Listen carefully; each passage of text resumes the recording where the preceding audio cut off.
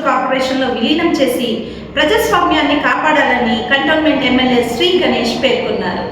Cantonment ప్రాంత ప్రజల హక్కులను కాలరాస్తూ ప్రజాస్వామ్యాన్ని అపహాస్యం చేస్తూ గత 6 ఏళ్లుగా ఎన్నికలు నిర్వహించకుండా నామినేటెడ్ వ్యవస్థతో నయ రాచరిక పాలనను నడిపిస్తున్న కేంద్రంలోని బీజేపీ ప్రభుత్వ తీరును ఎండగడుతూ కేంద్రంలోని బీజేపీ ప్రభుత్వ వైఖరికి నిరసనగా కంటోన్మెంట్ ఎమ్మెల్యే శ్రీ గణేష్ బుధవారం నామినేటెడ్ సభ్యురాలి ప్రమాణ స్వీకార కార్యక్రమం సందర్భంగా నిర్వహిస్తున్న కంటోన్మెంట్ బోర్డు సమావేశాన్ని బహిష్కరించారు. అనంతరం ఎమ్మెల్యే మీడియాతో మాట్లాడుతూ కంటోన్మెంట్ మెర్జర్ మూవ్మెంట్ నినాదంతో కంటోన్మెంట్ ప్రాంత అభివృద్ధి కోసం ఇటీవల 8 రోజుల రిలే నిరాహార దీక్షను చేశానని, ఆ రిలే నిరాహార దీక్షకు ప్రజలు పెద్ద ఎత్తున తమ మద్దతును అందించారని, స్వచ్ఛందంగా దీక్షలో కూర్చున్నారని అన్నారు. ఆ దీక్ష అనంతరం నియోజకవర్గంలోని మేధావులు, కాలనీ బస్తీల పెద్దలు, కవులు, కళాకారులతో సమావేశమై వారి అభిప్రాయాలను కూడా సేకరించడం జరిగిందని, ఆ సమావేశంలో జేఏసీ ఏర్పాటు చేయాలని నిర్ణయించామని, రాబోయే రోజుల్లో కంటోన్మెంట్ మెర్జర్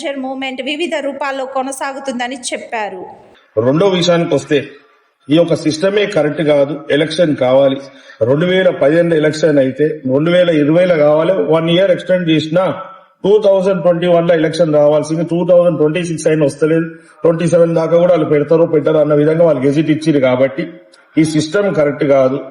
భారతదేశంలో మనకు రాజ్యాంగం, ప్రజాస్వామ్యము ప్రతి వ్యక్తికి ఓటు హక్కు ఇచ్చింది. అలాంటి ఓటు హక్కు ఇక్కడ కంటోన్మెంట్ బోర్డుల వినియోగించకుండా వాళ్ళ హక్కులని కాలరాస్తుంది బీజేపీ పార్టీ ప్రభుత్వం.